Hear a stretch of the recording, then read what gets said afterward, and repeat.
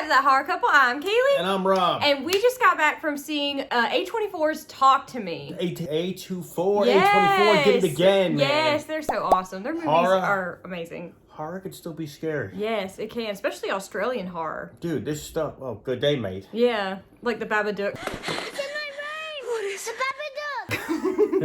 That movie's scary. Dude, this film was a crazy ass possession film. Probably I'm a guy that's used to hanging out with my hand all the time. Yeah. I really mostly never had any bad experiences. Well, your hand is a regular hand. This is not a regular hand. Yeah. Oh, take my hand. And this stuff gets crazy, man. Yeah. I mean, I've never seen danger like this from messing around with your hand. I know, right? And kangaroos, too. I mean... There was that one time I used self-tanning lotion as lube, and my penis was darker than the rest of my body. Oh, my God. It was like a black guy's. Okay, let's get into the movie. Not in size, just in color. That horror couple. Oh, yeah. That horror couple. It's us. That horror couple. That horror couple. And they talk about horror. Like and subscribe. Directed by Danny and Michael Philippou, starring Sophie Wilde, Marcus Johnson, Joe Bird, Jet Gaisley, and Alexandra Denson. So, spoiler alert, this film opens up and we have... You can use that graphic? Yeah, spoiler. We have it's obviously an Australian film. There's a house party. We have this guy, he's like running around shouting, Duncan, where are you? He's looking for his brother. It's an Australian film. Yeah. The steering wheel and the cars are on the other side. Yeah, it's on the other side of They're the road. driving like right-handed. I guess that's what they do. The guy's looking for his brother, and this opening is like a really sick, awesome opening for a horror film. Overall, I thought it was a great possession film. Yeah. And, like, it's honestly like a scary film. It's very scary. And, you know, when you watch horror all the time, I'm thinking like, oh, it's something I haven't seen before. Of course, we've seen movies like this a billion times with like possession, but like this honestly like was kind of chilling, kind of scary. It had me very uncomfortable. Kudos to like the makers of this film. I thought they totally killed it. No, they definitely did. I loved the entire cast too. Our young adults that we had. We had Mia, our main girl. I loved her. I thought she was very likable. You really feel for her. You feel horrible for her. She's lost her mother, so of course she's very interested in doing this whole like, let's put my hand on this like psychic medium's like dead ceramic hand, and I want to see if I can talk to my mom. You know, and it's just insane. Yeah, we're introduced to Riley. We're introduced to Mia. We're introduced to Jade. Jade. The cock-blocking mother I thought was funny. She's so funny. Miranda Otto. She's actually from the Chilling Adventures of Sabrina on Netflix. Yeah, she's like, my daughter's vagina is off limits. Yeah, prohibited. Something like that, yeah. Yeah.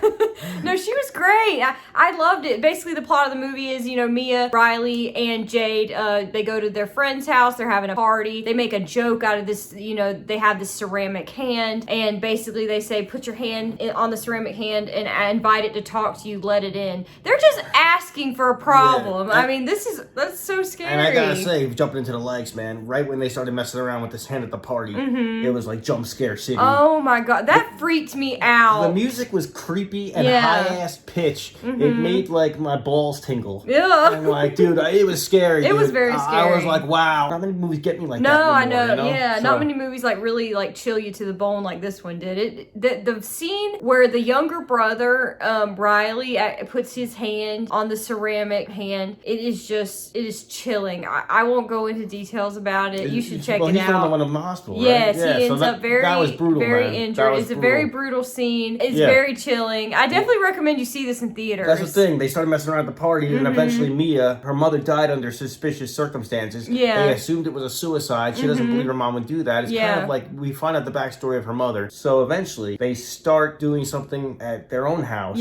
with the hand, trying to just contact the mother this time. And that's when Riley gets all messed up. I know. Like, this is like Reagan style. It's on awful. steroids, It's bro. so scary. Yo, it's bad. He's like headbutting the wall and like, his face looks like Rocky Balboa. I know, it looks terrible. Or like in the recent Guardians film where Pratt's face like blows up like a balloon. That's what it looks like. His face looks like that too. And did you notice that there's one scene of Riley when they're after he's out of the hospital, they're trying to take care of him, but he's still like totally fucked up, and he starts smacking his head against the shower. There's a blood scene that's totally attributed to Psycho with the shower drain. That was awesome. There's definitely shout outs to horror fans in this. I definitely thought a lot of this was cool. It's not one of those stories that's like that predictable either, especially the ending. There's a lot of twists and turns that keeps you guessing. I know.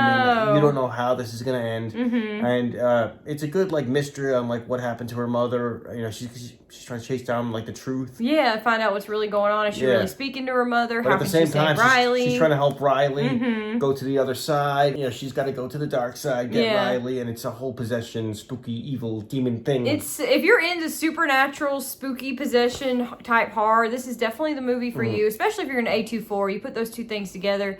They've made a brilliant horror film. That character Haley, I thought she was kind of like bitchy and like I tough, liked Haley too. but she fit the crew well. I liked Haley. Yeah, I thought it was cool that she had kind of like a rough personality because I feel like all these people played well off each other. I thought so too. Yeah, I like and the actors it reminded a lot. me of just like what kids would be doing today. Yeah, nowadays. You know, because like these kids, they were like hearing about like every time someone was messing with the hand, they had their phone out. They had their phone out and they would like put it on TikTok or YouTube or something. And I was like, this is it's kind of believable. Yeah, which is what makes it scary because it feels kind of real. It feels modernized and it feels like it's happening, like you're there and you're a part of this crew while these events are unfolding. That's what makes it so chilling. Yeah, another like would definitely 100% would have to be like the makeup effects. Oh yeah, phenomenal. I feel like this is like it's so well done the way they make them. No, it's like old school 80s but modern with at the same time. Yeah, like the makeup was amazing on Riley when he was possessed. Yeah, every person possessed looked like a fucking creeped out melting zombie. It was great, man. This is a scary film. It's a straight up horror. Yeah. When there isn't too much straight up horrors anymore. I mean, there wasn't that much comedy other than the mother's vagina joke. Those were well placed. That was a well placed joke. That was great. I wouldn't consider this. It's a pretty dark horror film. Yeah, it is pretty dark. There are like one or two jokes in there, but other than that, it's pretty emotional and pretty dark. Is there anything that talked to me? Didn't really talk to us with? Did we not see eye to eye with? Dislikes. Dislikes. This is a spoiler alert, but this was kind of in the trailer. There's a scene where there's like involved with like a dying animal that really was like sad. And the kangaroo? Yeah, I was like, oh, this is kind of sad. I mean, I can handle it, but it still was sad. So that part just made me. I felt like the kangaroo was symbolic. It represented death because later on when stuff got crazy, the kangaroo came back. Yeah, that's true. So I was like, true. This is symbolic. I'm trying to nitpick here because I really like the movie. The dog Cookie lived. Yay, Cookie! There's an adorable bulldog named Cookie in this film. I know. I was so happy. For all you animal lovers, I will spoil this. Don't worry, the dog's okay. Yeah, and it's a cutie pie dog. Cookie. So cute. The dog's awesome. Yes. Dislikes for me, it is kind of a heavy film. It's kind of a dark film. So as long as you're in the mood for that, there's not much levity here. Yeah. To go along with it. Yeah. This is a straight up horror, and it's deals with possession, deals with death in the family, deals with some dark issues. So and the music's very dark. It gets so it's one of those films. So just be prepared for it. Also, the whole hand thing. I would like more of a backstory than what. We got a quick one, like, oh, I picked this up somewhere. Yeah. I know, like, the mystery part of it's cool, like, oh, we don't know anything about this, which makes it kind of spooky, but I would like to, I'm curious. Yeah, to find out more about the backstory. I want to know more about the hand. Yeah, that'd be cool. I'm like George from Seinfeld. I need hand! Yeah. A man without hand is not a man. I need hand, Jerry. Yeah. As far as final thoughts of the film, I really enjoyed this. I would have to give it an 8 out of 10. Ooh. I would watch it again. I would buy it. It is dark. It's very emotional, very dark. But I think for the scare factor, it's definitely worth buying. Definitely worth owning. Love the acting. Great Australian horror film. 8 out of 10. Dude, my final thoughts is it's an 8 out of 10. I was going to say 8 out of 10. That's why I said ooh. Yeah. Because I was thinking 7.5, 8. It's somewhere in there for me. This is high up there for me. Yeah. I liked it. It was well done. I love when horror is just well done. This is a possession story. Yeah. That's been imitated since The Exorcist. Yeah. But they did it totally different. They did it with modern young kids. It was well done, well told, well executed. I really liked it. I thought it was great. Acting good, cast good, makeup effects good. This was made by like some YouTubers, or it was originally on YouTube. I think it might have been a horror short on YouTube. Yeah, like before so. It was made to a movie. Yeah. I just think it's awesome that like the talent that these people have, like these YouTubers have, to make this, and we are just mediocre YouTubers now reviewing it. Yeah. I think it comes full circle from like professional to just That's us. Yeah. We're just average. No.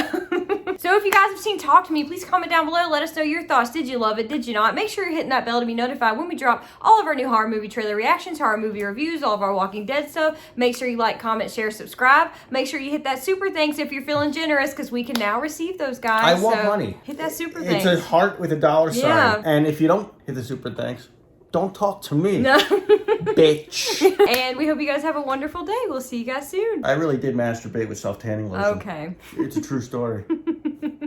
That horror couple. Oh, yeah. That horror couple. It's us. That horror couple. That horror couple. And they talk about